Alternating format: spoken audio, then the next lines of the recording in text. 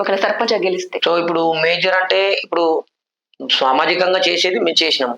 ఇప్పుడు మేజర్ గా మేము చేయబోయేది ఏంటంటే ఒక ఆయకట్టు రోడ్ అని ఉంది, అక్కడ బ్రిడ్జ్ లేదు. ఒక 1500 ఎకరాలు ఉంటాయి. రైతులు చాలా కష్టాలు పడతారు. గోదాలు అట్టే ఉంటాయి, రైతులు ఇటే ఉంటారు. వర్షం వస్తే పోలేని ఇబ్బందులు. కొన్ని రోడ్డు మార్గం లేదు. రోడ్డు మాత్రం 20-30 సంవత్సరాల కలగా మిగిలిపోయింది.